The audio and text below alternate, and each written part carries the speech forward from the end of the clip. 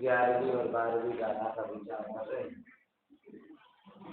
और 11वीं गाथा ने ये बताया कि व्यवहार में अभूतार, उसका खुलासा हमने ये किया कि व्यवहार में जिसे विषय करता है ऐसे विषयों से सम्यक दर्शन नहीं। इतनी बात बराबर समझिए। तो जैसे ये सुना और व्याख्याएं सुनी लोगों की और लोगों को ऐसा लगने लगा कि भाई व्यवहार में तो अभूतान, तो सब लोग व्यवहार अभूतान, सभी व्यवहार अभूतान। जैसे ही जीवों ने ये सुना तो कहीं वो प्रमाद में ना चले जाए, निश्चयाभासी ना हो जाए। इस पॉइंट ऑफ व्यू से आचार्य ने तुरंत ही 12वें नंबर की गाथा बराबर। और उस 12वें नंबर की गाथा में क्या बोला, चलो पढ़ो, गुजराती पढ़ो। देखे परम देखा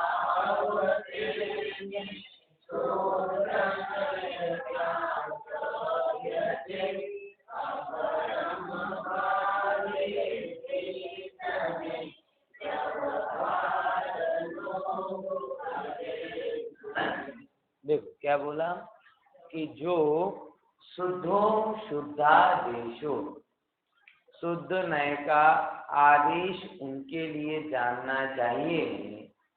परम भावदर्शी, जिन्होंने क्या कर लिया, परम भाव शुद्ध नय का विषयभूत विनायक भगवान आत्मा उसका अनुभव कर लिया। और जिन्होंने वो अनुभव कर लिया उनके लिए शुद्ध नय का ज्ञान समझना चाहिए। लेकिन अब दूसरी बात, व्यवहार देशिदापुन, व्यवहार कहा जाता है कौन, मतलब उनके लिए जो ये अपरणे खिरा भावे, कौन से भाव में स्थित हैं, निम्न भावनी का अपरम। अपरम भाव का अर्थ बड़ा सिंपल है, परम शुद्धात्मानुभूति का विषय। और उससे चूक कर आप कहीं पर भी जाओ वो सब क्या कहलाएगा, अपरम अपरम अपरम। अब वो उससे चूक कर आप आत्मा का विचार कर रहे हो, आत्मा की अनुभूति से चूके तो आत्मा का विचार वो भी अपरम भाव है। समझ में आया, पंच परमेष्टि का विचार वो भी अपरम भाव है। 28 मूल गुण का पालन वो भी अपरम भाव है। 11वें प्रतिमा धारण करना वो भी अपरम भाव है। शुद्ध सात्विक भोजन बनाना, खाने का विचार करना वो भी अपरम भाव है। धर्म की प्रभावना का विचार करना वो भी अपरम भाव है। न्याय नीति पूर्ण भोगों को भोगना और अर्जित करना वो भी अपरम भाव है। भोग को रकर भोगना वो भी। और बाकी जो ये तो मैंने, अगर आप ऊपर से देखेंगे ना, ये जो बातें मैंने कही ये गुणस्थान प्रमाण डिसेंडिंग ऑर्डर में थी और यहाँ चौथे गुणस्थान तक लेकर आया। तो चौथे से लेकर जो भी अपरम भाव यानी छठे गुणस्थान तक है वहां तक तो व्यवहार प्रयोजनवान है ही। तो जब चौथे से छठे तक बोला तो जिनको चौथा हुआ ही नहीं हो उनके लिए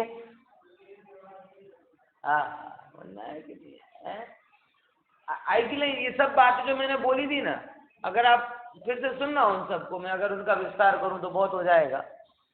ये मतलब याद आती जा रही थी और बोलता जा रहा था, ऐसा नहीं। एक क्रम था, पूरा का पूरा क्रम, डिसेंडिंग ऑर्डर। उच्च व्यवहार से लेकर निचली कक्षा का व्यवहार समकिति का, और फिर उसके नीचे जाओ तो एक्चुअल में सम्यक दर्शन से पहले तो व्यवहार होता ही नहीं। सबसे सही बात तो ये एक बहुत बड़ी, आप अगर ये जो लोग मानते हैं कि हमने अगर बाहर का कर लिया कुछ भी तो व्यवहार तो हो गया, व्यवहार तो हो गया, अरे भाई सम्यक दर्शन पहले व्यवहार व्यवहार नाम पाता। तो हम कर क्या रहे हैं, बार बार हम ही विचार करते हैं हम क्या कर रहे हैं। कोई बात नहीं, बड़ी सरल सी बात है। जिनवाणी ने दो ही बातें कही भैया, इसमें आप अलग कुछ करो ऐसा नहीं।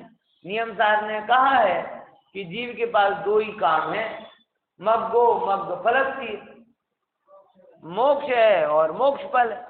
दुबियम जिन साधने समखा दो, दोनों ही प्रकार का क्या है, जिन दर्शन में बताया गया है। तो आप ये समझो कि हम मार्ग पर हैं। कहाँ हैं? मार्ग पर। बराबर समझना है। अब मार्ग मतलब क्या? बोले मार्ग तो बहुत सारे होते हैं।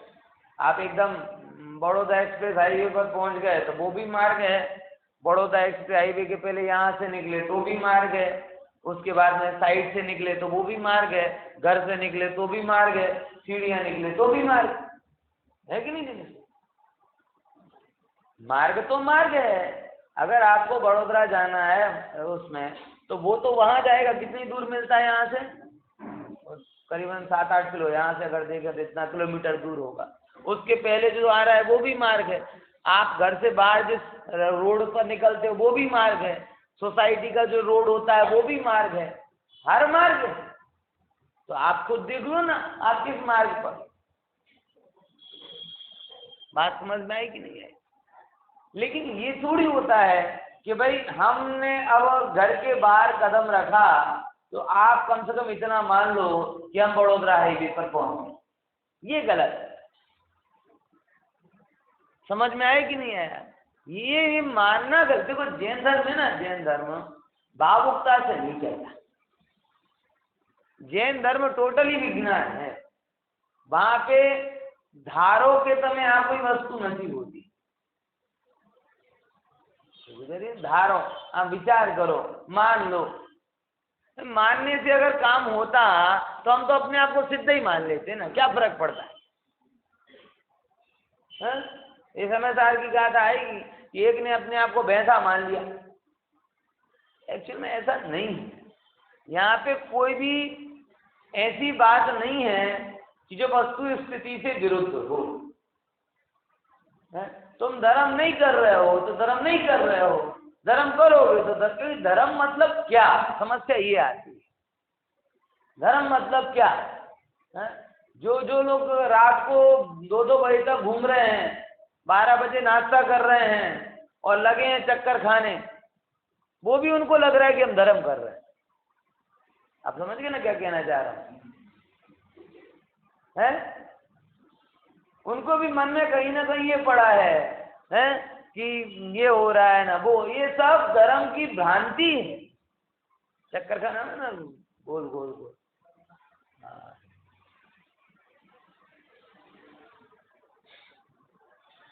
गर्भा के गर्भ में अनंत संसार है, क्योंकि उसकी प्रकृति में ही परिक्रमण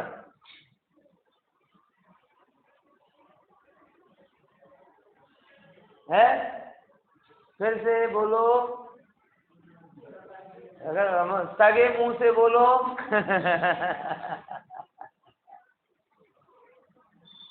है कि गर्भा के गर्भ में अनंत संसार है। क्यों? क्योंकि उसकी प्रकृति खुद चक्कर वाली है, और जो चक्कर वाली प्रकृति का है वो चक्र से मुक्ति कहाँ दिलाएगा?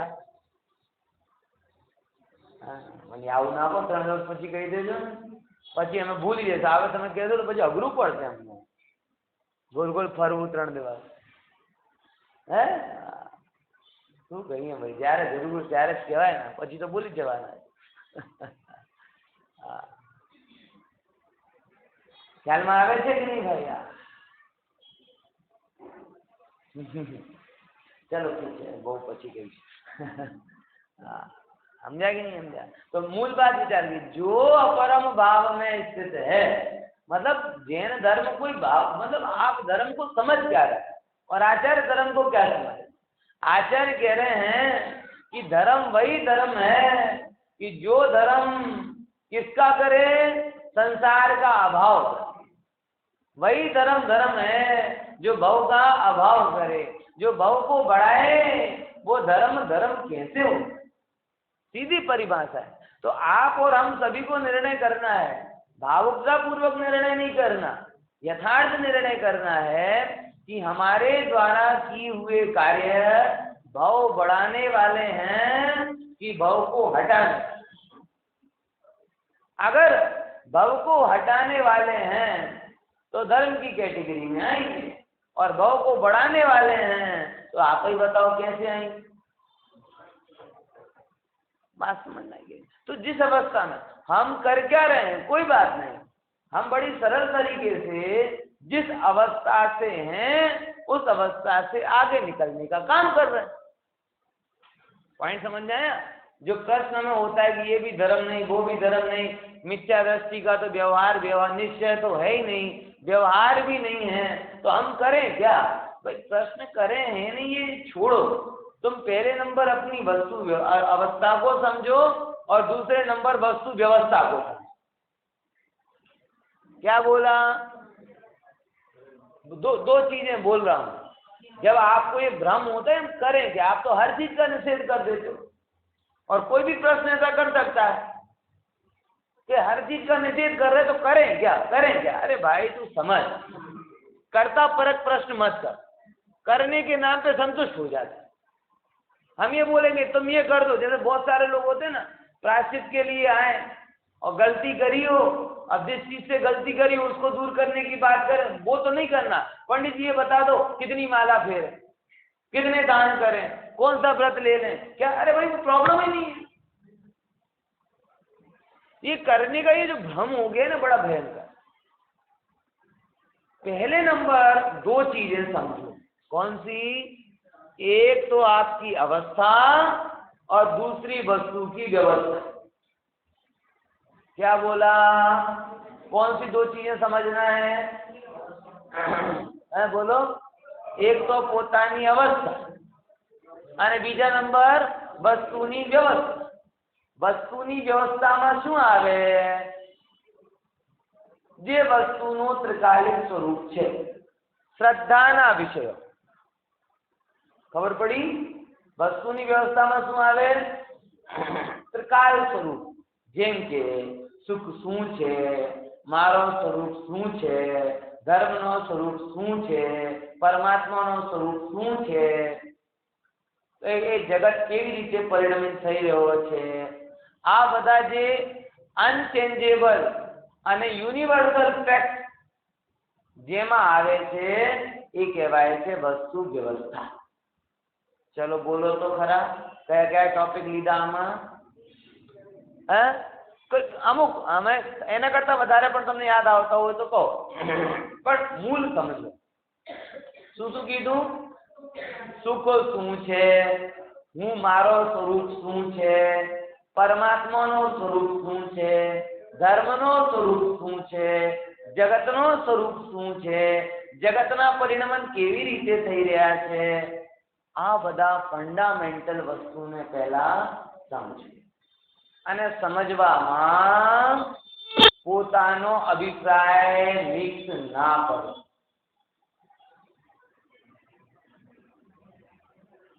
આ બહુ મજેદાર વાત થઈ ગઈ। હા, ખરેખર જો એનો હું ખુલાસો કરવા જાઉં તો ઘણા કલાકો સુધી નીકળી જાય। અહીં સંસાર પડ્યો છે। વસ્તુ વ્યવસ્થાનો સ્વીકાર જેમ છે એમ જ કરવો। एक रत्ती भर अपना कोई भी पक्ष उसमें मिलाना नहीं। तुम आपके जो पूर्वाग्रह हैं वो पूर्वाग्रह आपको बार बार मिलावट करने के लिए प्रेरित करेंगे। समझ में आया कि नहीं? अपने जो पूर्वाग्रह हैं, देखो कुछ एक बातें बताने से पूर्वाग्रह होंगे। जगत अपने अपने रूप परिणमित होता कि नहीं होता? लेकिन अपने अंदर में मान का पूर्वाग्रह पड़ा हुआ है। क्या पड़ा हुआ है? मान का पूर्वाग्रह। और जब मान का पूर्वाग्रह अपने अंदर में परिणमित होता है तो स्वयं परिणमित वस्तु व्यवस्था में हमारा अंदर मन ये कहता है कि ना ना आम तो बराबर, पर હું રહ્યો ને તો થયો ને, આમ તો પોતપોતાની જગ્યા થાય છે, પણ હું હોઉં ને તો થોડુંક વ્યવસ્થિત થાય, હે ને? બરાબર. આ શું કર્યો? આ તમે ગેરહાઈટી જે હું વાત કરું છું ને, આ ચરિત્રનો દોષ નથી, આ શ્રદ્ધાનો દોષ. ખ્યાલમાં આવે છે ને? બોલો, વિચાર કરો. એટલે વ્યક્તિ બહુ જ સ્વાર્થી, કેટલો સ્વાર્થી કે એને જ્યાં જ્યાં એનો બસ નથી ચાલતો એને તો છટકી જાય કે ચલો ભાઈ હવે શું કરીએ, જન્મ મારા અધીન નથી, મરણ મારા અધીન નથી. એ બરાબર. અહીં કેમ કે જો એ એમ કે આ મારા અધીન છે તો પછી લોકો કહેશે કે મરણને રોકીને બતાવો, તો ખોટો પડી જશે. તો શું કરે પછી? એ કે હા એ બેને બાકાત કરી, પછીનો કોના હિસ્સામાં છે? પછી બધું મારા હિસ્સામાં. આખી જિંદગીની ડિઝાઇન કોણ કરી શકે છે? હું કરી શકું. અરે ભલા માણસ, જ્યારે સૌથી મહત્વપૂર્ણ ઘટના તારા બસમાં નથી તો એ નાની એ બધી ઘટનાઓ તારા બસમાં કેવી રીતે થશે? સૌથી આ ગંભીરતા સાથે વિચારણી પ્રશ્ન તમને મૂકું છું. આ જગતમાં રાહ ચાલતા લોકો આવો બધું જ્ઞાન આપે. કેવો જ્ઞાન? કે જન્મ તમારા બસમાં નથી ને મરણ તમારા બસમાં નથી, પણ જીવન તમારા બસમાં છે. એટલે શું કરો? જીવનને માણો. મૂર્ખ, અજ્ઞાની, અભણ. ઓહો પ્રભુ, સૌથી આ જીવનનો આધાર શું છે? આ દેહ છે ને જીવનનો આધાર. અને આ દેહની ટોટલી ડિઝાઇનિંગ ક્યારે થઈ?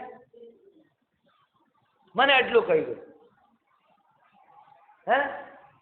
આ દેહ સૌથી અગત્ય કોમ્પ્લિકેટેડ રચના. આટલા બધા વૈજ્ઞાનિકો થઈ ગયા, હજારો વર્ષોથી પ્રયાસ કરે છે, તો એવી ની એવી રચના નહીં કરી શકે. કોમ્પ્લિકેટેડમાં કોમ્પ્લિકેટેડ, જટિલમાં જટિલ અને અદ્ભુતમાં અદ્ભુત. અને એ રચના ક્યારે થઈ ગઈ વિરલભાઈ? હે, કોણ ઇન્વોલ્વ હતો એમાં? બતાવો.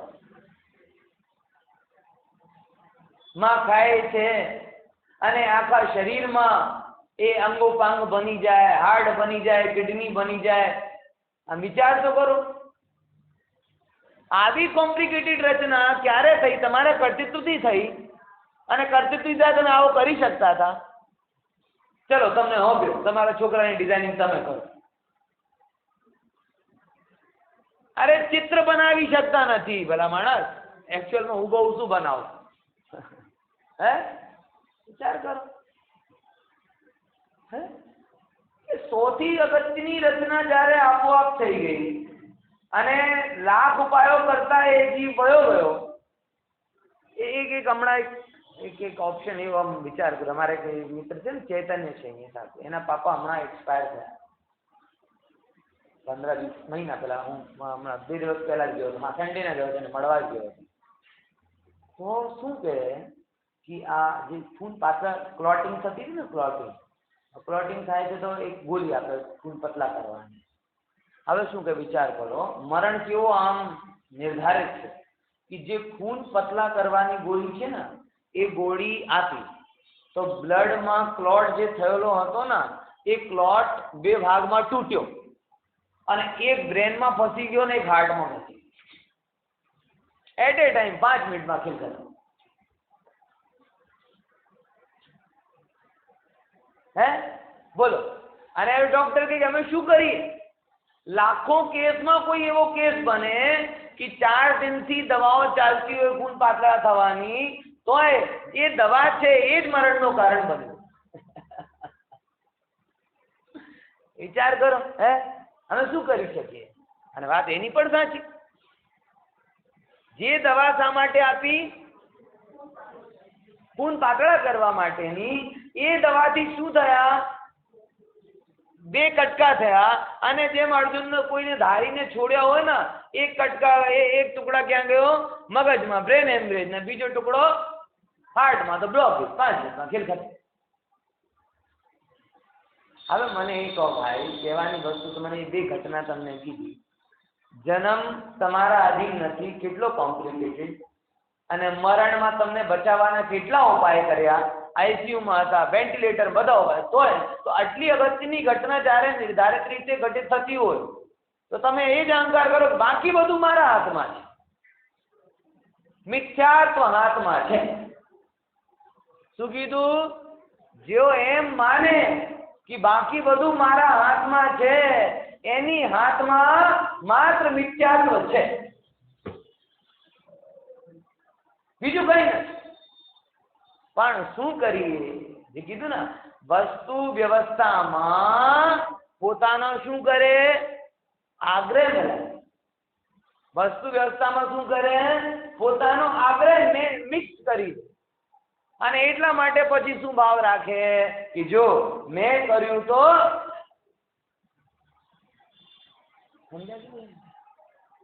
સુખ શું? આ એક એક મુદ્દા ઉપર તમે વિચાર કરો ગંભીરતા સાથે.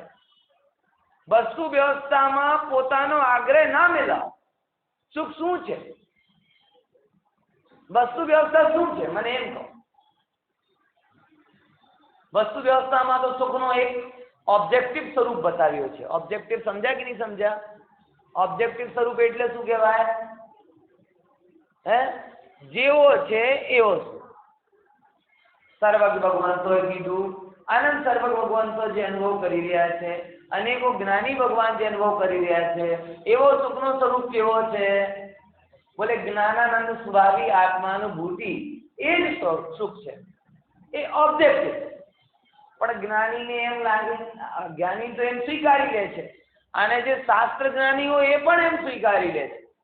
અનુભવ વાળા નથી તો એ શું સ્વીકારશે? તો સ્વરૂપ તો આવો જ છે, પણ આપણે હજી પ્રગટ નથી. સિમ્પલ. એક એક એક ઇન્ટેલિજન્ટ નિર્ણય છે. તમે કોઈક જગ્યા ગયા, મોલમાં કોઈ વસ્તુ તમને ગમી, બરાબર, બહુ મોંઘી હતી, તમને જોયું વસ્તુ સારી છે, ક્વોલિટી સારી છે, પણ આપણે ખિસ્સામાં એટલા પૈસા નથી, તો કઈ વાંધો નથી, જ્યારે થશે ત્યારે લઈશું. આ એક ઇન્ટેલિજન્ટ ડિસિઝન છે. પણ ડુપ્લિકેટ એને લઈ આવવાનું, અને ડુપ્લિકેટમાં જેમ કે ના ના આ ઓરિજિનલ જ છે, જેમ કહેવાય ને, બહુ ગરીબોનો એપલ, ફોન આવે ને 15,000 નો, ગયા કોણ છે? બોલે ગરીબોનો એપલ છે. અરે ભાઈ, આ મૂર્ખતા છે. આ જે છે એ જ માનો ને. સમજ્યા કે નહીં? એમ જે અનુભવી છે એ સુખને ભોગવે છે, અનુભવી નથી પણ તત્વજ્ઞાની છે, એ જો કદાચ સુખનો ભોગ ના કરે તો પણ એમ સ્વીકારે કે સુખ તો આવો જ છે ને હું અત્યારે દુઃખી છું. પણ જે આત્મજ્ઞાની પણ નથી અને તત્વજ્ઞાની પણ નથી, એ લોકો પોતાનો અભિપ્રાય સુખમાં, હવે પછી એના અભિપ્રાયમાં શું છે? સુખ એટલે ભોગ વિલાસ. તો પછી શું કરે કે સુખી થો, અને સુખી થવા માટે નાચો, ગાઓ, ખાઓ, પીઓ, મોજ મજા કરો, ભોગ વિલાસ કરો, બસ સુખ થઈ જાય. ખ્યાલમાં આવે? એ શું કર્યો? ટોટરમજી સાહેબ એમ કે છે કે જો હંસ ના હોય તો આવું કહો કે હંસ નથી, કાગડાને હંસ ના. ખબર પડે છે? સમજ્યા કે નહીં સમજ્યા? શું કીધું? હંસ ના હોય તો એમ કહો ને કે ભાઈ હંસ નથી, પણ હંસ નથી એટલે કાગડાને હંસ કહી દો. આ કહેવાતી વસ્તુ તો એ જ કહું છું કે સુખ શું છે પહેલા એને સમજો. બરાબર? જો એવો સુખ આપણી પાસે નથી તો એમ માનો કે સુખ નથી. પણ દુઃખને સુખ તો ના કહો ને. પણ મિથ્યા દ્રષ્ટિનો અભિપ્રાયમાં શું પડ્યો છે? ને આપણે દુઃખી કઈ કેવું ગમે તો શું કહે ના ના, એ જ સુખ છે બસ. કયો સુખ છે? આ પૈસા સુખ છે, ભોગ વિલાસ સુખ છે, ખાવો પીવો હરવો નાચો, એ બધું જે છે એ બધું સુખ છે, અને એ કરનાર સુખી છે. એ શું થઈ ગયો? વસ્તુ વ્યવસ્થામાં પોતાનો શું મિક્સ કરી દીધું? આગ્રહ મિક્સ કરી. સમજાય કે નહીં સમજાય? એવા કેટલા બધા આસ્પેક્ટ એના બની શકે. ભગવાન કેવા છે વિચાર કરો. એક હું ગયો હતો ને ત્યાં, શું કહેવાય, હા રાજકોટમાં જ ગયા હતા. તો એક ભાઈ એમ કે બાકી બધાના ભગવાન કંઈક કરે છે, એક આપણા જ ભગવાન કંઈ કરતા હે. એ છોકરો કહેતો, એની મમ્મી પ્રશ્ન કરે, દેખો પંડિતજી આવો પ્રશ્ન કરે કે આ બધાના ભગવાન કંઈક કરે છે અને એક આપણા ભગવાન કંઈ કરતા નથી, પથ્થર છે. મેં કીધું ભાઈ ભગવાન તો કોઈના કંઈ કરતા નથી, પણ તમારા ભગવાન એ સાચા છે જે કહે છે કે હું કંઈ કરતો નથી, અને બીજા શું છે? ખોટા છે જે એમ કરતા તો કંઈ નથી પણ એમ કે તું ચિંતા ના કર, બસ મારી જોડે હું પતાવી દઈશ. અને પતાવતા એ કંઈ પતાવતા નથી, અને તારી આયુ પતી જાય અને પછી તું, એટલે કરતા તો કોઈ નથી પણ ખોટો આશ્વાસન આપી દે. સમજાય? તો જૈન ધર્મ એ જ વસ્તુ કહે છે. તમે જો હવે આપણી જેટલી નીચી દશા હશે ને, નીચલી દશા, એટલો તમને આવા સપોર્ટની જરૂર લાગે. તમે એવું ગમે કેવું કે કોઈ કહી દે કે ચિંતા ના કર હું છું ને, ચિંતા ના કર ને હું છું ને. એમ જે નીચલી દશા વાળો માણસ હોય એ ધર્મને, પરમાત્માને, ગુરુ પાસે જઈને પણ આવો ભાવ રાખે કે બસ કોઈ કહી દે કે બસ છે ને હું કરી દઈશ તો એ ખુશ થઈ જાય. તો એનો અભિપ્રાય શું છે? હવે સમજો વસ્તુ વ્યવસ્થા શું છે અને એનો અભિપ્રાય શું છે. હું કઈ બેઝ લાઈન ઉપર વાત કરું છું? વસ્તુ વ્યવસ્થામાં પોતાનો અભિપ્રાય મિક્સ નહીં કરવાનો. વસ્તુ વ્યવસ્થા જેવી છે એ અનુસાર પોતાનો અભિપ્રાય બનાવવાનો. ખબર પડી? આ લાઈન ક્લિયર સમજમાં આવે છે ને? એના બે દાખલા કીધા. હજી એક ઓર દાખલો કહીને વાત પૂરી કરું. આ કઈ? દેવવાળી. તો અભિપ્રાય વસ્તુ વ્યવસ્થા શું છે કે જગતમાં કોઈ પણ કંઈનો કરતા ધરતા ભગવાન પણ અજ્ઞાનીનો અભિપ્રાય શું છે કે હું કરું કંઈક ધર્મના નામે તો મને કંઈક મળે. હું ભગવાનનો ધ્યાન રાખું તો ભગવાન અરસ પરસ હે આપણા અભિપ્રાયમાં એવો. વસ્તુ વ્યવસ્થા આવી નથી, પણ આપણો અભિપ્રાય એવો છે કે આવો કોઈ કે. હવે બે ઉપાય છે કે કાં તો એ ખોટા અભિપ્રાયને ખોટું છે એમ બતાવી દો, કાં તમારા મન રાખવા માટે આ ઠીક છે આવું થઈ જશે એમ કરીને તમને ભ્રમમાં રાખો. બોલો સાચો કયો છે? હે વિચાર કરો ગંભીરતા સાથે. અભિપ્રાયમાં એ છે, જો હું આજે એ કહેવા લાગુ કે તમે તમારા બધાનો હું રોગ દૂર કરી દઈશ, હું બહુ ભણેલો સંસ્કૃત PhD થી છું, મંત્ર શાસ્ત્રો મેં બહુ અધ્યયન કર્યો છે, આયુર્વેદના ગ્રંથોનો અધ્યયન કર્યો છે, આમ કર્યો છે તેમ કર્યો છે, મારી પાસે આવે તો કોઈ ખાલી નહીં જાય, અને આ એંગલથી 1000 લોકો મારી પાસે આવે અને 1000 લોકો આવે કે આ પ્રોબ્લેમ છે, હું આમ કરું ઠીક છે સારું થઈ જશે. મારા એક મિત્ર જે અહીંયા છે ને શું કહેવાય નેહરુ બ્રિજ, એને નજીકમાં વેદાંત આશ્રમ છે ને, એનો મહંત. અને આ શું વર્ડ પડે એનું આવી રીતે. હવે શું કરે છે, મારો તો મિત્ર સંસ્કૃતનો ભણે સાથે, તો અમે સાથે ભણે, અમુક વસ્તુ એ મારા પાસે શીખતો હતો.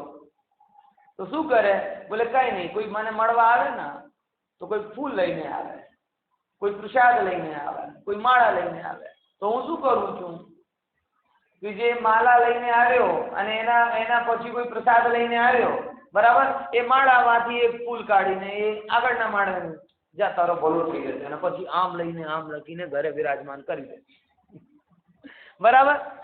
અને એની પછી જે આવ્યો, હવે મારી પાસે શું હોય, બોલે પ્રસાદ, તો બીજાને પ્રસાદ આપી દઉં.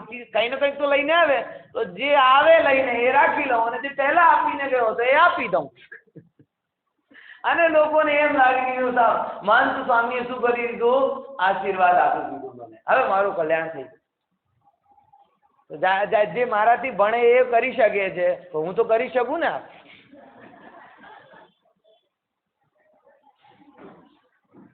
કોનો પ્રભાવ વધારે હોય મને આટલો કહો. પણ ના, જ્યાં સુધી હું રૂમમાં નહીં જઈ ત્યારે એ મહંતજી, અને જેમ હું રૂમમાં જાઉં ત્યાં આવે પછી મહંત આપની આમ આસન છોડી દે, નીચે બેસી અને મળવા. સમજ્યા કે નહીં? આવો સ્વરૂપમાં છે. અને એક રિયલ ઘટના તમને કહું, આ તમને આ જાણીને આશ્ચર્ય થશે, પણ કહું વચ્ચે કે જે જ્યોતિષની સમાધાનની વાત ચાલે ને, જ્યોતિષની સમાધાન, જેનો ટીવી ઉપર જે લાઈવ સમાધાન કરે એનો ફોન કોની પાસે ગયો, મારા એક ઉદયપુરમાં એક મારો મિત્ર છે, બીએડ સાથે કરતા હતા, એની પાસે આવી પ્રોબ્લેમ આવી છે. અને એ પછી મને ફોન કરે કે યાર આવી પ્રોબ્લેમ આવી છે. તો હું ઉદયપુર વાળાને સમજાવું, અને ઉદયપુર વાળા ટીવી વાળાને સમજાય, અને ટીવી વાળા આખા દેશને સમજાય.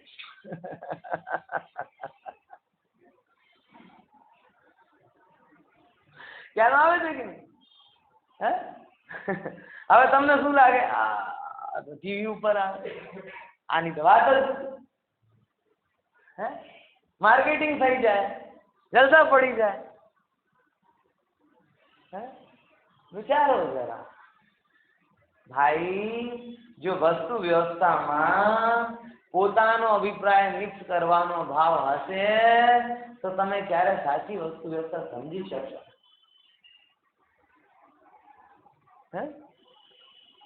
સાચી વસ્તુ એટલા માટે તમને કહું છું કે વસ્તુ વ્યવસ્થામાં શું ના કરો, પોતાનો અભિપ્રાય. તમને આવું મન થશે કે કોઈ આવું કહી દે કે તું ભગવાન ભક્તાનો સ્ત્રોતનો જાપ કર, આદિનાથ દાદા બધું સંભાળી લે, તને આવું થશે કે નમોકાર મંત્રની માલા ફેરવું તો આપણે ભગવાનનો આટલો 108 વાર યાદ કરીએ તો ભગવાન કંઈક તો બોલું કરશે ને. તને આવું થશે, હે, હા, હે, અરે ભાઈ એની ચિંતા જ છોડો, આ અપરમ ભાવ કહેવાય. આ પણ ક્યાંક નું કંઈક એનું અટેક્શન જોડે છે. તમે કોઈ વસ્તુ મૂળ સિદ્ધાંત એ કરો ને, જ્યાં થઈ રહ્યો છે ત્યાં હું નથી, અને જ્યાં હું છું ત્યાં કઈ થતો નથી. આ સિદ્ધાંત આજે તમને કીધું ને કે આમ થઈ જશે તોય અપેક્ષા કંઈક ને કંઈક પ્લસ માઇનસ કરવાની છે. આ બીજી રીતે છે, બેકડોર થી એન્ટ્રી કરી. સમજો વસ્તુને, આ યુનિવર્સલ વ્યવસ્થા નથી. યુનિવર્સલ વ્યવસ્થા એ છે કે હું આત્મા છું અને અનંત પર દ્રવ્ય પર પદાર્થ પર ભાવોથી ભિન્ન. જ્યારે હું કંઈ છું જ નહીં એમાં, એ મારામાં નથી, તો એમાં થવા દો ને જે થાય છે. આ પુણ્યથી થાય, પાપથી થાય, ભગવાનથી થાય, તારાથી થાય, મારાથી થાય, તે લેવા જાય.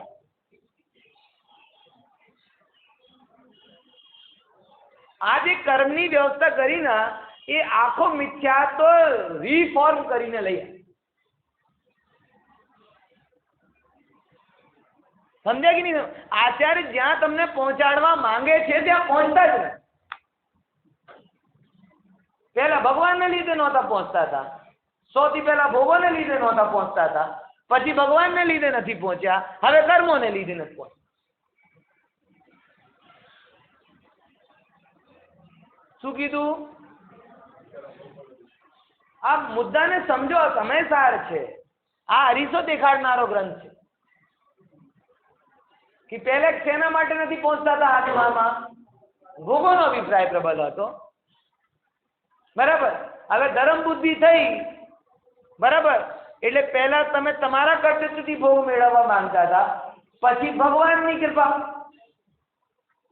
ભગવાનનો આશીર્વાદ મળે તો બધું થઈ જાય. કોણ લઈ આવ્યા પછી? હવે જૈન ધર્મ આમ કે ભગવાન તો કઈ કરતા નથી, તો પછી કઈ વાંધો નહીં, કર્મથી થઈ જશે. પણ મુદ્દા તો એ જ રહ્યો ને. બસ મુદ્દા એ છે. અને ડિપેન્ડન્સી પણ મૂળ આત્મામાં જે આવું છે, જેનો નામ ધર્મ છે, આત્મામાં આવું, એની અનુભૂતિ કરવી, એના જમવું, એમાં રમવું, લીન થવું, જે સનાતન ધર્મનો વાસ્તવિક સ્વરૂપ છે, એની વાત તો આવી જ નથી. ક્યાંય ભોગોને લીધે બહાર ભટકે, ક્યાંય ભગવાનને લીધે ભટકે, અને ક્યાંય કર્મોને લીધે ભટકે. મારો મુદ્દા એ તો બહાર જ બહાર છે, ભીતર આવ્યો છું. હા, સમજાય? પછી લોકો આવું પણ કહી દેશો તો લોકો સારા કર્મ કેમ કરશે? એ જ પ્રશ્ન છે. એ જ મુદ્દા. એ તો લોકો ધર્મના નામે કહેતા હતા કે જો ભગવાન કઈ કરતા નથી એમ કહેશો તો લોકો ભગવાનની પાસે આવવા છોડી દે. ભાઈ, જે પાત્ર હશે ને આત્માને આનંદ અને જ્ઞાનથી ભરેલો માનતા હશે, જે વસ્તુ વ્યવસ્થાનો પહેલો પાયો કીધું કે હું આત્મા છું, એનો સ્વીકાર કર. પહેલો પાયો જ એના અંદરમાં નહીં આવ્યો, બાકી બધી વ્યવસ્થા ક્યાં છે? હા, એટલે મુદ્દાની વાત તો એ જ છે પ્રભુ. બહારમાં જે થાય છે, જેવી રીતે થાય છે, એ મારો છે નહીં. મારા અંદરમાં જે જ્ઞાન અને આનંદ છે, એ જ મારો છે. અને બહારથી ખસીને હું અંદરમાં આવું તો સમયસાર ને પાઉં. આ વસ્તુ વ્યવસ્થાનો સનાતન સ્વરૂપ છે ભાઈ. એક વાર આવો સ્વીકાર કરવાનો હિંમત તો કર. પરથી ભિન્ન, પરથી અલગ, પરિપૂર્ણ આનંદ અને જ્ઞાનથી ભરેલો ચૈતન્ય તત્વ હું છું, આવો સ્વીકાર તો કર. હા,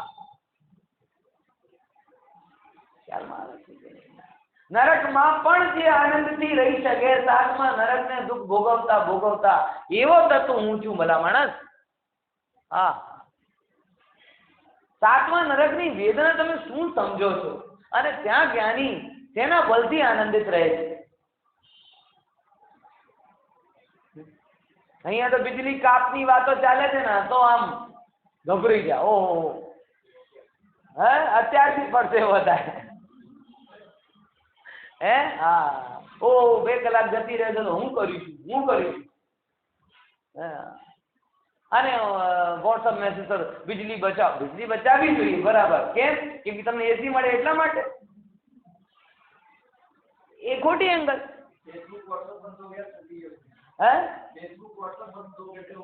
હા, બરાબર. વિચાર તો કરો. જેમ કે એના વગર તમને શ્વાસ જ ના મળે. આદિમ યુગમાં જતા રહ્યા. પ્રભુ કેટલી ડિપેન્ડન્સી રાખશો? આના વગર નહીં ચાલે, આના વગર નહીં ચાલે. અરે ચૂપ, તારો સ્વરૂપ એવો છે, બધા વગર ચાલે. આ દેહ નથી ને, દેહ વગર જયારે જીવન ચાલતો હોય તો બીજી કઈ વસ્તુની વાત કરી? સંયોગથી નજર ફેરવીને સ્વભાવને જોતો ખરા.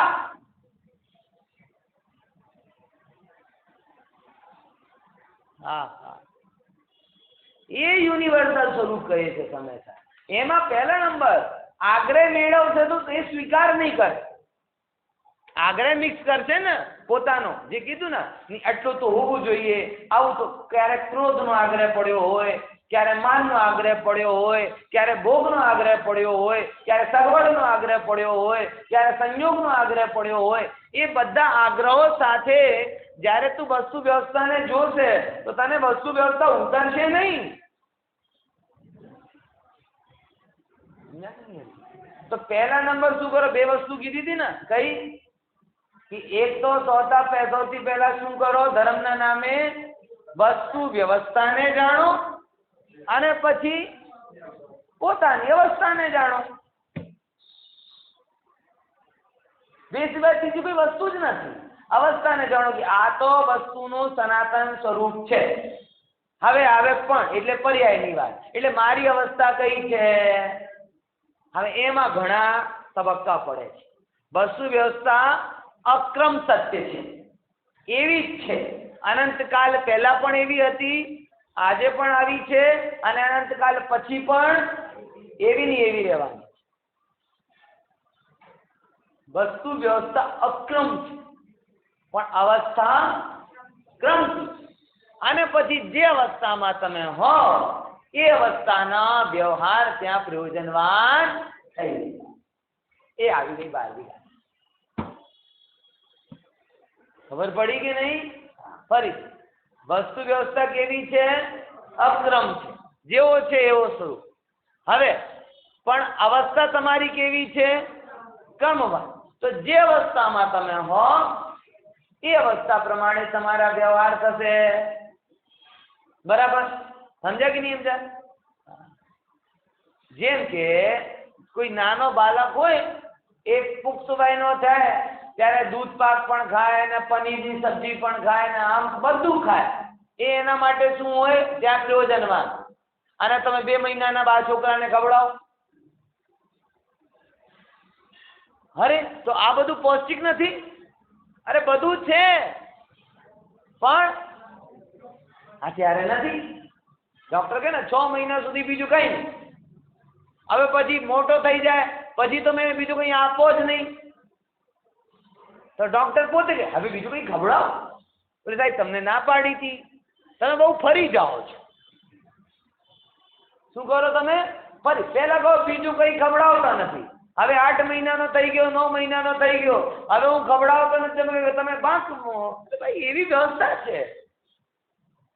પહેલી અવસ્થામાં માત્ર દૂધ જ આપવામાં આવે, પછી ધીમે ધીમે શું કહે? થોડુંક ઝીણા કરીને ખવડાવો. શું કહીએ એને? ગ્રાઇન્ડ કરીને ખવડાવો. પછી હવે બાકુને હવે કઈ બદલશો નહીં. 5 વર્ષનો થઈ ગયો પછી હજી કેવી વાતો કરો છો? હવે રોટલી ખવડાવો એને. એટલે આ સત્ય છે ને, અવસ્થા પ્રમાણે ખોરાક બદલાય કે નહીં બદલાય? ભાઈ એમ અવસ્થા પ્રમાણે વ્યવહાર બદલાય. અને એક અવસ્થામાં જે પ્રયોજનવાન હતો, બીજી અવસ્થામાં અપ્રયોજનવાન થઈ ગયો. જેને લીધે એસ્ટાબ્લિશ થયો તો એ જ વસ્તુ ત્યાં ગૌણ થઈ ગઈ. પહેલા આપણે છોકરાઓ ખેંચીને લાવ્યા હતા કે મંદિર તો આય, દર્શન તો કર. પછી હવે તમે આ કેટલા વર્ષો દર્શન કર્યા, કઈ લાભ નથી. ગજબ છે. પહેલા આમ પરાણે લઈને આવ્યા, દર્શન તો કર. હવે કઈ લાભ નથી. એવું સિસ્ટમ છે. હવે કોઈ કે પંડિત તમે બહુ ફરી જાઓ છો, તો શું કરું? 6 મહિના જે દૂધની શિક્ષા આપી હતી, જિંદગીભર દૂધ જ ખવડાવો. બોલ, આ વ્યવહારિક છે કે અવ્યવહારિક? હવે એનાથી સિદ્ધાંત નીકળે. કોઈ પણ વ્યવહારનો આગ્રહ, સમજો, વ્યવહાર થાય છે, પણ વ્યવહારનો આગ્રહ અવ્યવહારિક છે. શું કીધું? વ્યવહાર થાય છે, પણ વ્યવહારનો આગ્રહ કેવો છે? અવ્યવહારિક. હવે કેવી રીતે? જેમ કે અમારા ત્યાં શું, આમ જયારે હું નાનો હતો ને, અમારા ત્યાં સાધુ તો બહુ આવે. હવે આપણે ગંદોદકની કેટલી મહિને સુનતી હોય, બહુ મહિમા હોય ને ગંદોદક એટલે. હવે સાધુ દિગંબર મહારાજ આવે, હું ત્યાં બેસતો હતો એમની પાસે, અને ત્યારે કોઈ ગંદોદક લઈને આવે અને ના લગાડે, મને બહુ ઓર્ડર આવતો. બતાવો, અમે તો ગંદોદક વગેરે અને લગાડતા નથી. એ લગાડતા નથી. સાચું કે ખોટું? તમે ના લગાડો તો કે તમે મહિમા નથી, અને એ લગાડે તો કે એને એની અવસ્થાનો જ્ઞાન નથી.